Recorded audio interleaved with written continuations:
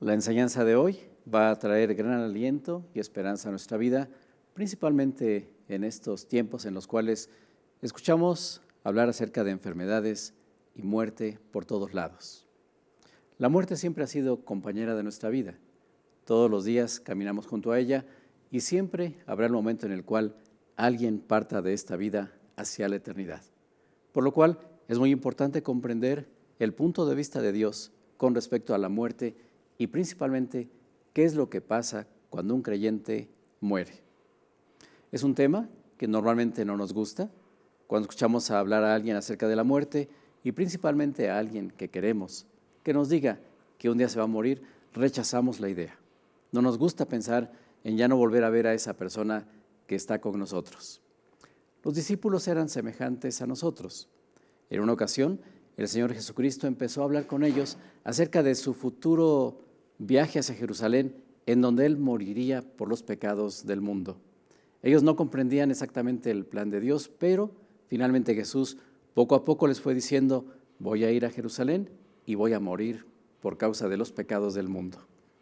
En Marcos capítulo 8, versículo 31, nos dice: comenzó a enseñarles que le era necesario al Hijo del Hombre, es decir, a Jesús, padecer mucho y ser desechado por los ancianos, por los principales sacerdotes y por los escribas, y ser muerto y resucitar después de 3 días. Ellos solamente se concentraron en que voy a morir, pero no vieron el que iba a resucitar después de 3 días. En el versículo 32 dice: esto les decía claramente, para que no tuvieran ninguna duda, pero a ellos no les gustó escuchar esto. Entonces, sigue diciendo, Pedro le tomó aparte y comenzó a reconvenirle. Esto quiere decir, empezó a regañar a Jesús, que lo que estaba diciendo no le gustaba o no estaba bien, realmente lo estaba corrigiendo. Pero él, Jesús, volviéndose y mirando a los discípulos, reprendió a Pedro, diciendo: quítate de delante de mí, Satanás, porque no pones la mira en las cosas de Dios, sino en las de los hombres. Es decir, solamente lo que nos agrada escuchar. Así pasó un tiempo y después Jesús ya fue hacia Jerusalén para pagar por los pecados de cada uno de nosotros. En la última cena, Jesús empieza a despedirse de ellos y les dice: mi tiempo ha llegado. Ha llegado el momento en el cual tengo que dejar la tierra para ir al Padre. En ese momento también tenía que ir a la cruz. En Juan capítulo 14, versículos 1 al 3, Jesús está tratando de calmar a los discípulos. No se turbe su corazón, les dice. ¿Creen en Dios? Crean también en mí. En la casa de mi Padre muchas moradas hay. Si así no fuera, yo se los hubiera dicho. Voy pues a preparar lugar para ustedes.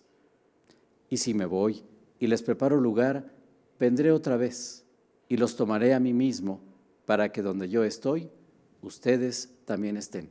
Mantengan esto en mente. Sin embargo, ellos seguían profundamente tristes porque Jesús se estaba despidiendo. Y es normal, a nadie le gusta despedirse de las personas que amamos.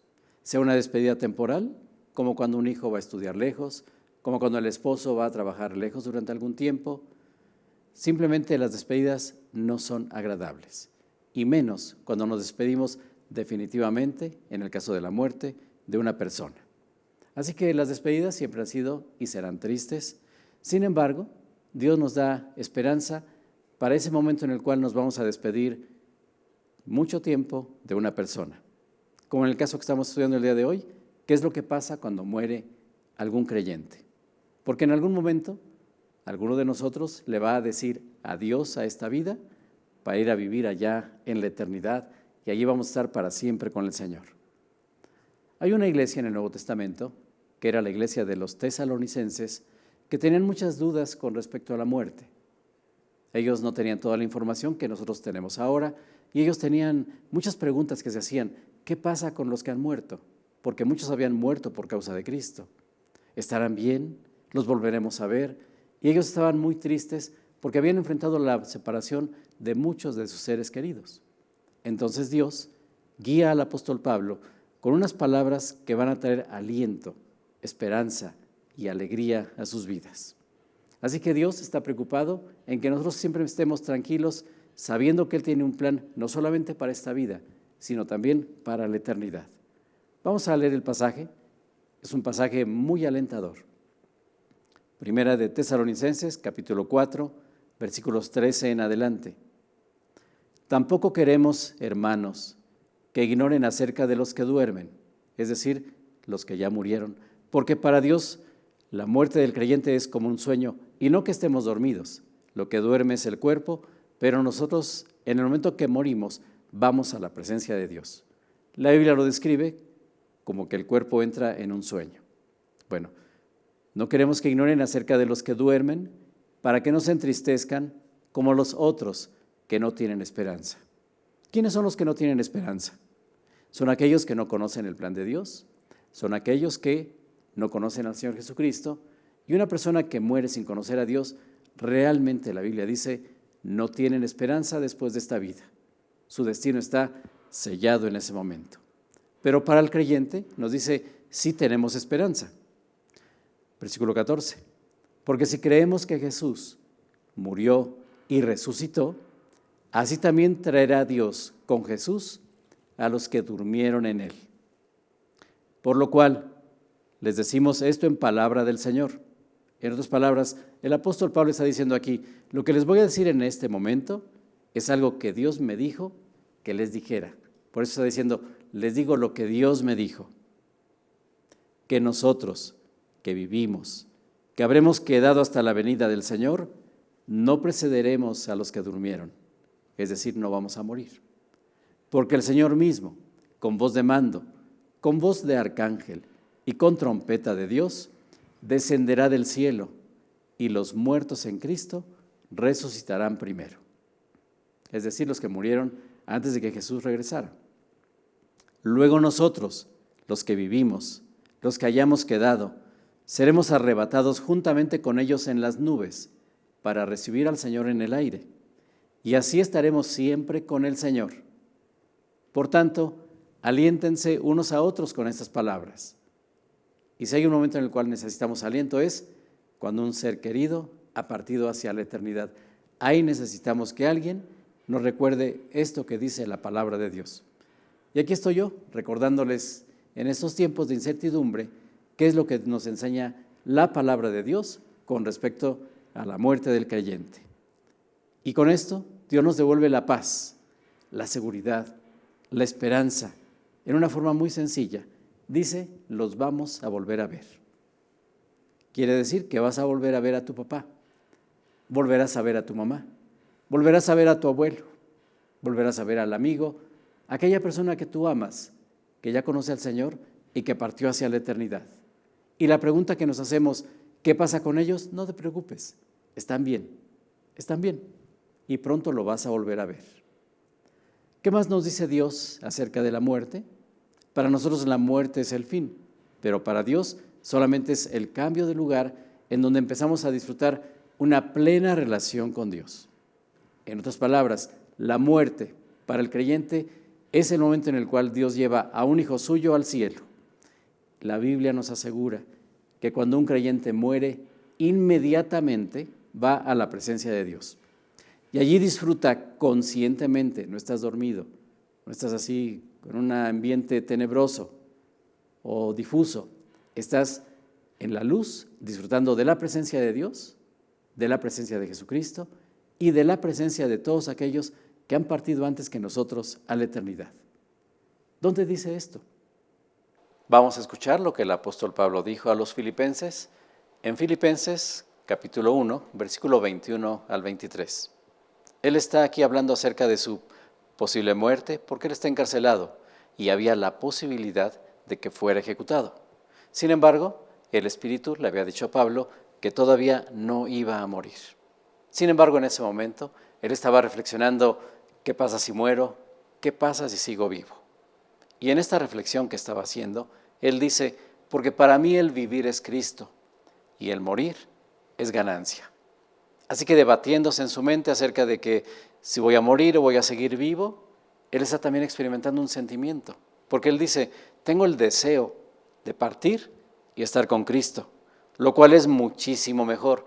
Nada se compara con estar en la presencia de Dios.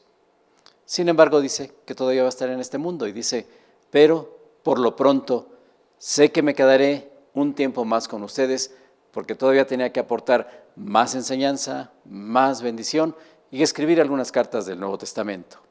Sin embargo, nos enseña algo muy claro, que cuando un creyente parte de esta vida, inmediatamente va a la presencia de Dios. Cierras tus ojos aquí, inmediatamente los abres allá en la gloria de Dios. Y esto es maravilloso, ¿no? Imagínate ver al Señor cara a cara, platicar con Él, compartir con Él, estar junto con todos aquellos que ya están en la eternidad. Y es interesante, queremos ver al Señor, queremos abrazarlo, queremos hablar con Él, queremos salir de este mundo, pero no nos queremos morir. Y hacemos todo lo posible para no morirnos. Dietas, ejercicios, terapias de rejuvenecimiento, terapias regenerativas. Así que, ¿en qué dilema estamos? Sí queremos estar con el Señor, pero no nos queremos morir. Bueno, en la carta que Pablo escribe a los Corintios, nos da más información acerca de la muerte del creyente. En esta carta el apóstol Pablo está diciendo, en 2 de Corintios, capítulo 5, más quisiéramos estar ausentes del cuerpo y presentes al Señor. Así que tú cierras los ojos aquí, inmediatamente los abres en la presencia de Dios. Y eso fue lo que Jesús prometió al ladrón que estaba siendo crucificado junto con él. Ustedes recuerdan que había 2 ladrones y los 2 lo insultaban y uno de ellos empezó a observar a Jesús, vio que era diferente, se dio cuenta que él estaba sufriendo injustamente, pero también captó que él era lo que decía ser y lo que la gente decía que él era, el Hijo de Dios. Entonces él en esta reflexión toma la decisión de arrepentirse, voltea a ver a Jesús y le dice, Lucas 23:42, acuérdate de mí cuando vengas en tu reino. En ese momento este hombre dio el paso de arrepentimiento, dio el paso de fe y en ese momento se salvó. Y quiero que observes, no le dio tiempo de hacer absolutamente nada para ganar la salvación, porque la salvación no se gana, se recibe. No le dio tiempo de hacer buenas obras, no le dio tiempo de integrarse a alguna denominación o hacer algo religioso, simplemente allí en su corazón creyó. Y vamos a ver lo que le dijo Jesús en el versículo 43, hoy estarás conmigo en el paraíso. Aquí vemos un ejemplo de la infinita gracia de Dios. ¿Por qué? Porque nadie merece ser salvado. Nadie merece ser llevado al cielo. Es un regalo que Dios nos da. Nosotros estamos completamente perdidos, separados de Dios. El apóstol Pablo en Romanos 3:23 dice, por cuanto todos pecaron, todos están destituidos de la gloria de Dios. Ahí entramos, todos estamos separados de Dios. En Romanos 6:23 el apóstol Pablo dice, la paga del pecado es muerte, pero no se queda allí. Dice, el regalo de Dios es vida eterna en Cristo Jesús, Señor nuestro. Así que la Biblia sí nos habla de que Dios es justo, de que Dios va a castigar el pecado, pero por otro lado también nos habla acerca del amor de Dios y de su maravillosa misericordia, mostrada cuando Jesús vino al mundo para pagar por nuestros pecados, para ser castigado en nuestro lugar, para darnos una oportunidad de ir al cielo. Así que cuando una persona toma la decisión de aceptar el pago que Jesús hizo en la cruz, en ese momento es perdonado. Y ahí está la gracia de Dios. Tú no lo mereces, yo no lo merezco, pero Dios nos lo regala. Dice la Biblia, el justo por los injustos, para llevarnos a Dios. Ese fue Jesús. Él siendo justo, pagó por ti y pagó por mí. Y en Hebreos capítulo 1, versículo 3 dice, después de llevar a cabo la purificación de nuestros pecados por medio de sí mismo, se sentó a la derecha de la majestad en las alturas. Y ahora Jesús puede llevar a la presencia de Dios a todos aquellos que se arrepienten y hacen de Él su Señor y su Salvador. Vemos otro ejemplo en las Escrituras, en el libro de Hechos. Cuando están apedreando a Esteban, él fue uno de los primeros mártires del Evangelio, y nos dice que cuando lo estaban apedreando, los cielos abiertos, dice, y al Hijo del Hombre que está a la diestra de Dios. Él vio esto. Y a punto de morir, en el versículo 59 dice, Señor Jesús, recibe mi espíritu. Y la Biblia dice que Jesús recibió su espíritu. Bueno, no nos gusta pensar en la muerte, no nos gusta hablar de la muerte, no nos gusta pensar que ninguno de nuestros seres queridos va a morir. Es más, en el momento de la muerte sufrimos, hay dolor, hay lágrimas, y no está fuera de lugar que lloremos y expresemos ese sentimiento de que nos duele separarnos de la persona. Pero Dios dice, puedes llorar, pero con lágrimas de esperanza. ¿Cuál es la esperanza? Que lo vamos a volver a ver. Aquí sufrimos, pero en el cielo no hay dolor. Aquí hay problemas, allá en el cielo no hay problemas.